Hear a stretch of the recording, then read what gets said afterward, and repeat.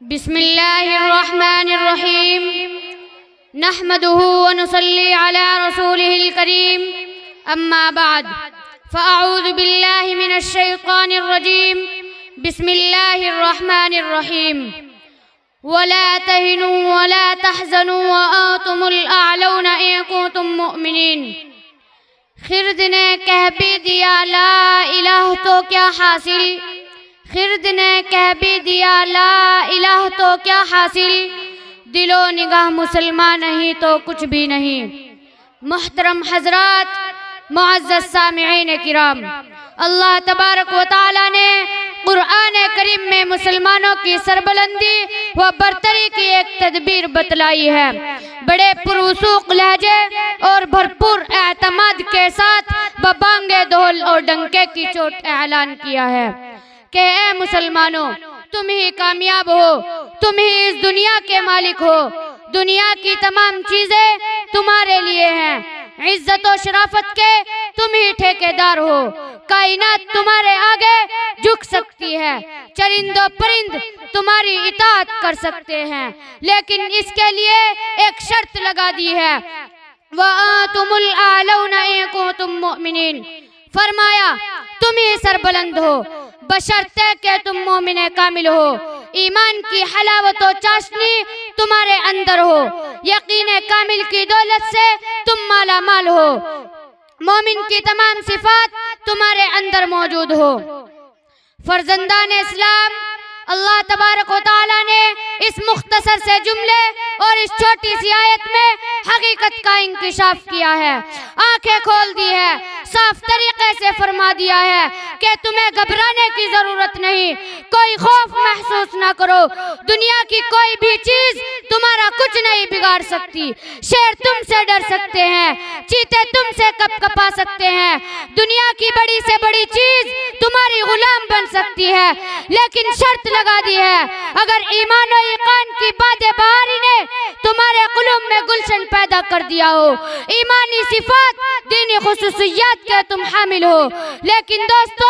آج کا انسان یہ تو چاہتا ہے کہ دنیا اس کے آگے جھک جائے، جس چیز کو وہ چھوئے تو وہ سونا بن جائے، 10 کے مقابلے میں اکیلا کافی رہے، ہر تمنا اس کی پوری، ہر خواہش اس کا بڑھ کر استقبال کرے، لیکن وہ بھول جاتا ہے کہ اس کو شرافت و عظمت اسی وقت حاصل ہو سکتی ہے جبکہ اس کی ہر چیز اللہ کی ہو جائے۔ شیخ سعدی رحمت اللہ علیہ نے ایک شخص کو دیکھا کہ وہ شیر پر بیٹھا ہے، ڈنڈا اس کے ہاتھ میں ہے اور شیر کا کان اینٹ رہا ہے، شیر بلا چون و چرا اس کی تابع داری کر رہا ہے، اس کے آگے آگے چل رہا ہے۔ شیخ صاحب رحمت اللہ علیہ کو یہ دیکھ کر تعجب ہوا، اس آدمی نے شیخ سعدی رحمت اللہ علیہ کو متعجب و حیران دیکھ کر کہا کہ اے سعدی، تعجب کیوں کر رہے ہو، تمہیں حیرانی کیوں ہے، یہ تو شیر ہی ہے، دنیا کی کوئی بھی چیز تمہاری تابع دار بن سکتی ہے،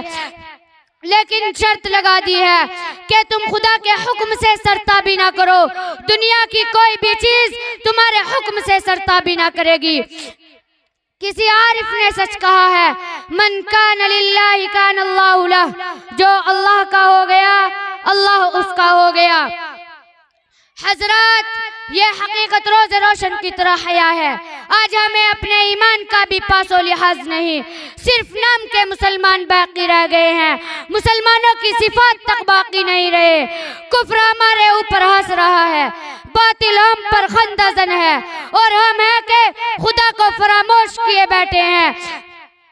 اقبال رحمت اللہ علیہ نے قوم کو احساس دلایا ہے، کہا ہے خندہ زن کفر ہے احساس تجھے ہے کہ نہیں، خندہ زن کفر ہے احساس تجھے ہے کہ نہیں، اپنی توحید کا کچھ پاس تجھے ہے کہ نہیں۔ دوستو،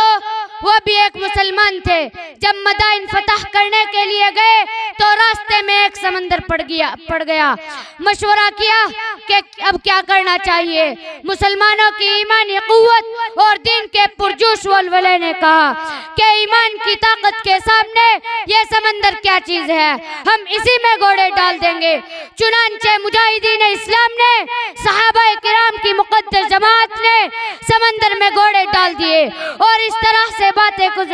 کرتے گزر گئے جیسے خشکی پر گزر رہے ہو، اور پورا سمندر عبور کر گئے۔ کافروں نے جب یہ حالت دیکھی تو سب یہ کہتے ہوئے بھاگ گئے کہ دیو آ گئے، دیو آ گئے۔ اسی طرح مجاہدین اسلام کو فتح حاصل ہو گئی ہے۔ اقبال رحمت اللہ علیہ نے خوب ترجمانی کی ہے۔ اقبال رحمت اللہ علیہ نے خوب ترجمانی کی ہے۔ آج بھی ہو جو براہیم سا ایماں پیدا، آج بھی ہو جو براہیم سا ایماں پیدا، آگ کر سکتی ہے انداز گلستہ پیدا۔ وآخر دعوانا الحمدللہ رب العالمین۔ ماشاءاللہ۔